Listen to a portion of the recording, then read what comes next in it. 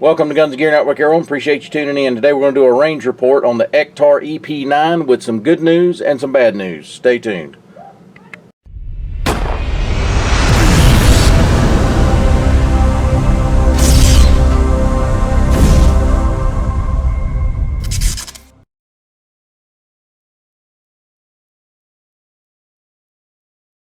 Welcome back, guys. Appreciate you tuning in. So the Extar EP9 range report.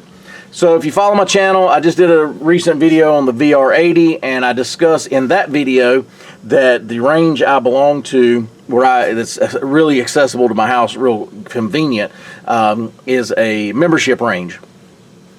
Kind of funny about cameras and people being not want to be filmed and things like that, so I'm not able to do a lot of video shooting there. I had to be careful about that. I can get away with it sometimes I can't, so that's why I at least like coming back and doing at least a tabletop range report, kind of my experiences, what I thought, just kind of, you know, what the whole experience was with the firearm at the time. So in the intro I said the good and the bad. Let's go ahead and get the bad off the table and get that out of the way. So what happened was, we get to the range, we took a myriad of guns, just kind of get some time on the trigger, try some new guns I bought, some my brother bought, things like that. My kid wanted to try a few different guns he hadn't shot yet. So, and it was kind of a family day, but with me and my brother and his kids and my kid. So we go to the range, we're shooting a few different guns, and I decide I'm going to shoot this. My brother said, yeah, get that out. I've been wanting to check that out anyway, because he's thinking about buying one. I loaded up with the 33 round mags, and I take it over to the shooting area that we're at in the bay. I shoot the magazine empty, shoots just fine, no problems at all. I go back, we shoot a couple other guns. My brother says, hey, do you mind if I shoot that? I said, absolutely, because he's wanting to buy one. So I hand him a magazine. He goes out to the shooting line, goes to shoot, and he can't get it off safe. He can't get it off the safe position. It's in the light, it's locked. And he says, are you sure this thing's supposed to be this stiff? I don't want to break it. I feel like it's not moving correctly. So I walk over there and I try pushing it down, and he hands me the gun.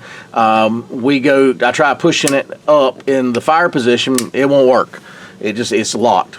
So I take the magazine out, clear the one out of the chamber, and I squeeze the trigger to see if I can get the trigger to squeeze. It's in the locked position also. So we take it back to a table area, get out my toolkit, get everything, my punches, all that, and I take the lower and the upper off, and I can't see anything out of the way, just kind of visual inspecting. I don't see anything odd, other than this will not move. It's stuck in the safe position, will not come out.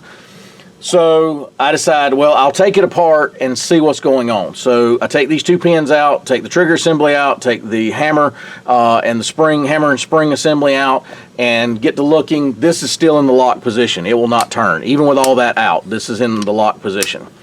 So I finally force it past where it was supposed to, and it turned. Well, I get to looking, I put the gun back together based on the way they had it put together. I try it again, it does the exact same thing that happened on the range. This locks, trigger won't work, it's dead. I take it apart again. This goes on for 4 or 5 times. And I finally do get this to move, and I decided to put a little oil on this. You're not supposed to use oil like petroleum products, but I did put a little lube on this to see if maybe it could have had a burr or something, because these are polymer. So I get to looking, and when I assembled it the last time, it didn't seem right to me. I said, this just don't look like it's supposed to be this way, because it's a mil-spec trigger assembly like an AR, and the configuration is identical. So they're the same. So I tell my brother, I said, take your AR upper off your lower and let me look at it, because when I put it together, I said, this don't look like the way it's supposed to be. And I was putting it back together the way they had it. And so I look at it and I said, this ain't right. So we take it back apart. I put it back together the way I think it should be, which is based on the way you install an AR trigger group, hammer and all that stuff. Put it back together, everything works fine. So the only thing we can contribute is I think it was assembled wrong. It was assembled to the point where it would function and then lock up. So once you assembled it and put everything together, put the safety on, take the safety off, shoot it one time, put the safety back on, is when it would lock up. It's the only thing we can figure out. Ever since that, so we got it back together. I handed it off to my brother again. He goes out to the firing line, shoots 33 rounds, no problem. We shoot probably another 200 or 300 rounds through it, no issues at all, the whole day.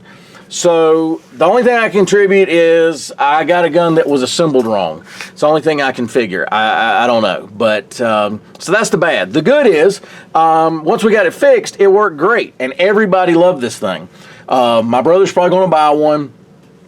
I think based on the conversation we had, his kids liked it. My son liked it.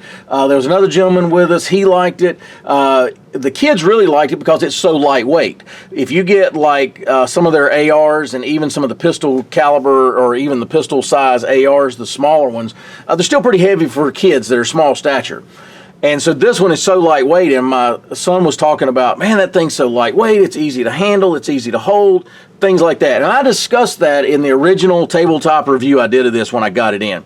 I think this is a perfect size weapon for somebody of small stature, a lady, because my wife's the same way. She'll get out there and try shooting, and the front of the gun is so heavy. Even on like a 22, my M&P 1522, she says that is a heavy gun to her. This one she can hold because of the length and it's just so compact that she can get real tight, and the muscle groups and the skeletal structure is now in tight to your body. So it's instead of out to here, it's kind of together, and so it's more sound. It's more rigid. It's just much more stable. So everybody loved this thing. Worked great after we got it fixed. So, it's just one of those things I chalk it up. I've had that happen before. Had a gun that had a little problem out of the factory, got it fixed, and it was fine. It happens. And even if they test fired them, I'm pretty sure most all factories test fire their guns. It would have test fired because it allowed me to shoot this 33 rounds. But once you got it in that one position, it locked up, and then you had to, like I said, went through that process with it.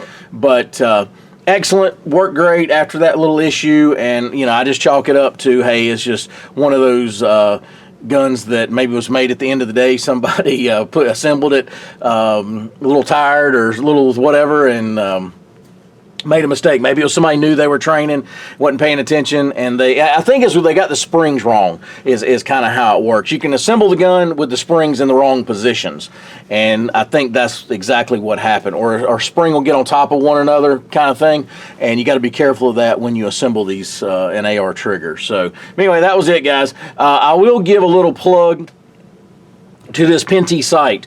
Everybody loved this Penty sight, so I'll put a link to in the section below. I did a tabletop review of like 3 of these different models that they have. We used all 3 that day. They all performed excellent. This was their favorite sight, especially the kids, because it has the different reticles, and it has one that's kind of round, got a crosshair in it, and they were able to hit targets very quickly and target acquisition very quickly over trying to find just a dot.